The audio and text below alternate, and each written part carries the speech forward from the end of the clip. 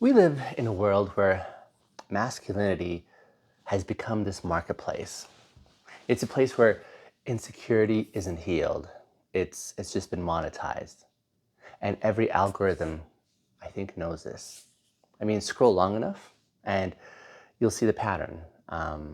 It's the same tone, the same posturing, the same message. It's just recycled in 10 different ways. And says you're not enough yet, but I can make you enough if you buy. See, that's the currency of the manosphere, I think. It's not truth, it's not strength, it's insecurity that's mined and branded and sold back to the men who were never taught that their worth wasn't even up for sale in the first place. And the tragedy is we keep buying it. Here at Uber Bintegers, we're not here to make men comfortable.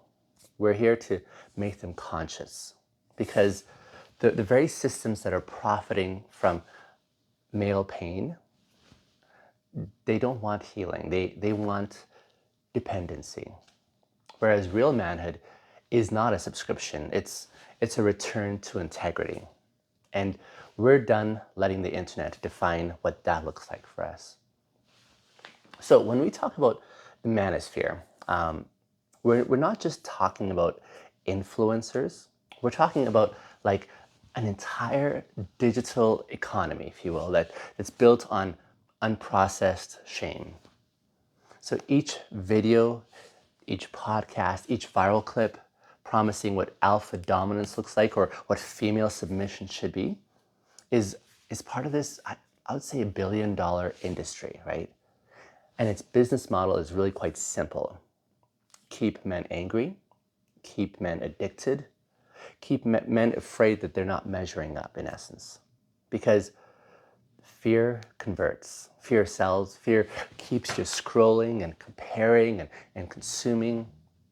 So they've turned male insecurity into engagement metrics. And the more broken you feel, the more likely you are to buy their version of what wholeness looks like. And the scary part is it works.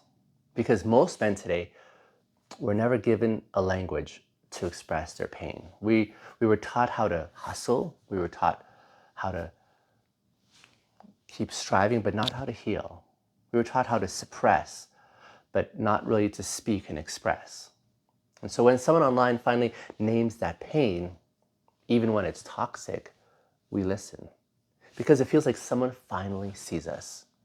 Even if that person's goal is not to free us, but to farm us, in essence. And that's what the Manosphere has mastered. It didn't just understand our wounds, but it also put a brand on them. And you can feel this in the tone of the content out there. Everything's about winning. Everything's about status, right? Everything's about being high value. And it's a vocabulary that's built on scarcity. The idea that your worth can be quantified by metrics outside of yourself. So that could be like money, looks, body count, power, all just more ways to prove that other men need to belong just like you. And here's the truth, and most of these gurus won't necessarily admit, and that's they're just as afraid as you are. They're just better at performing confidence. And the loudest voices in the manosphere aren't leaders. These guys are salesmen. And what they're selling is identity to men who've forgotten how to find that identity within. And so they tell you that women are the problem and that emotions are the enemy and that empathy is weak because if they can convince you that connection is dangerous, it's in this space that they can keep you loyal to the illusion of control. But control without connection isn't power. That's paralysis. And that's where they want you. They want you paralyzed. They want you posturing. They want you perpetually unsatisfied. Because insecure men are easy to monetize. Confused men are easy to control. And angry men are algorithm gold, right? But let's get real here. The Manosphere doesn't want men who are healed, because healed men don't buy power, they actually embody it. Healed men don't chase validation, they create safety. Healed men don't need permission to be whole. They live congruent lives that can't be commodified. And that kind of man cannot be manipulated, because that's just bad for business. So we need to talk about what the Manosphere actually gives men, right? It gives them direction without discernment. It gives them certainty without compassion. It gives them this brotherhood without accountability. And it tells you that being a man means you're unmovable, when in reality, the most dangerous thing a man can do is to stay rigid in a world that's begging him to evolve over time. So we've mistaken loudness of these voices for leadership. But real leadership does not need a mic. It needs humility. It needs honesty. And you can tell a tree by its fruit.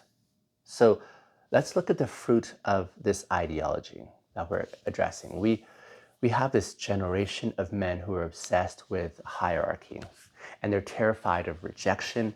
They're addicted to validation and utterly disconnected from love. We have men who are confusing dominance for direction and discipline for denial. And we have men who probably can bench press like 300 pounds, but they can't even name one emotion that they actually feel. And beneath all of that is insecurity. It's unspoken, it's unaddressed, it's unhealed. But the Manosphere didn't create that wound, but it's definitely cashing in on it. No, I think we need to start calling this what it really is, and this is a spiritual scam. It's a counterfeit version of manhood that's designed to keep men stuck in these cycles of comparison and resentment and control.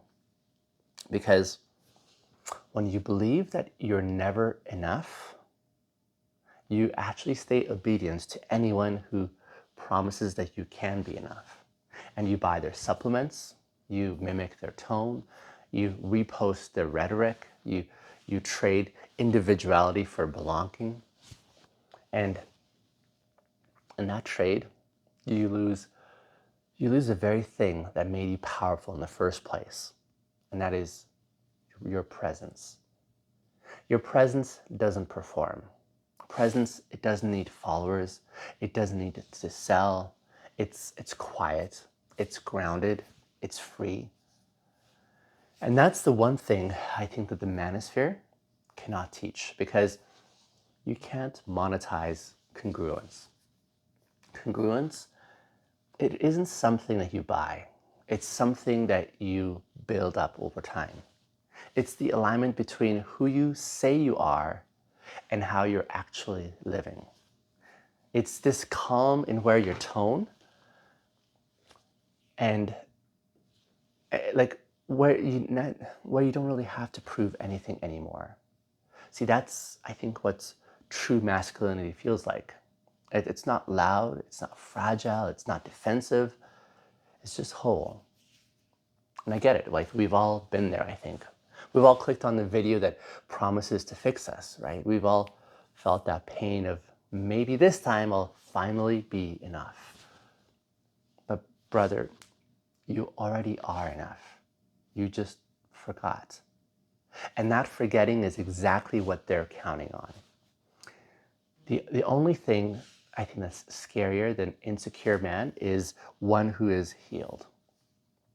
Because a healed man, he cannot be baited into a battle that he doesn't even believe in. He doesn't need to prove his worth through dominance or debates. He leads from a sense of groundedness. He listens more than he reacts. He knows the power that isn't, like he knows that power isn't really in who fears him, but more so who feels safe around him.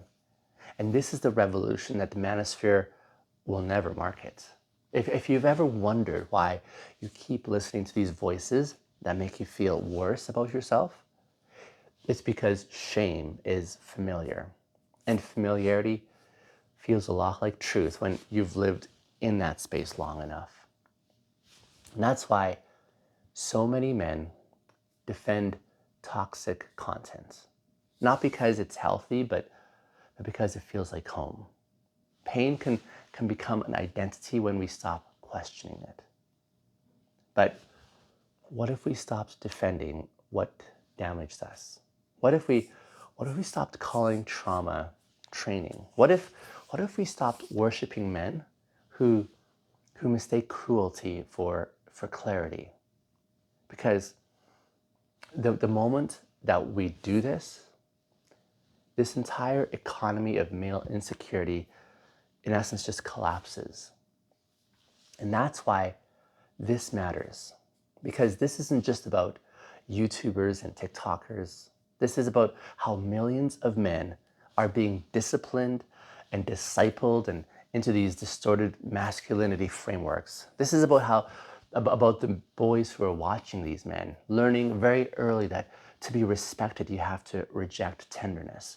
And that to be loved, you have to dominate. And that to be seen, you have to shout louder than the next man to you. So we're not just losing men to this ideology, we're also losing them into isolation. And isolation always metastasizes into aggression. And that's, I think, what we're seeing in our screens.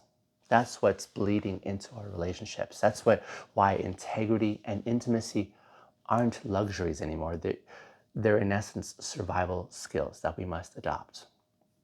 So if something in this message is stirring you, I would say let it, because that discomfort is not shame. It's an awakening.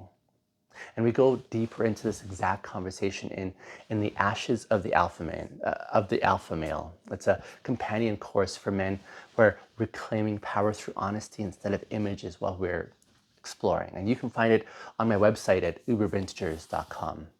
It's where we deconstruct the performance and then we rebuild presence and then remember what real manhood actually feels like when it's free. But in our next episode tomorrow, we're going to go and look deeper into why we keep following the very voices that harm us. Not because we believe them, but because they echo our wounds. And that episode is called Why We Keep Listening to Men Who Secretly Hate Themselves. Because if insecurity is the currency of and self-loathing, then it's time that we closed this account that we've been depositing into. But here's what's real for now. We can't heal what we keep hashtagging over. We can't reclaim masculinity through memes. We can't find wholeness through hierarchy.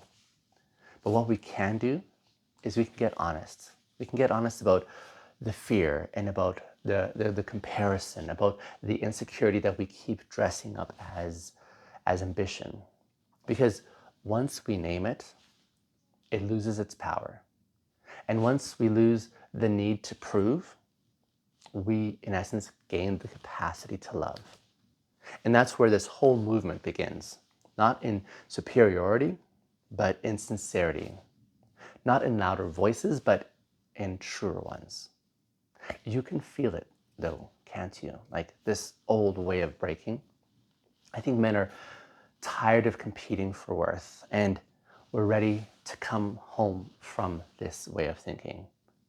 And that's the beauty of this moment, is we don't have to destroy the manosphere. I think we just have to outgrow it. And when we stop funding insecurity, we stop fueling its power. And when we stop performing, we start belonging. And that's when we finally stop being customers and start instead being creators again, creators of our own definitions and our own strength and our own peace.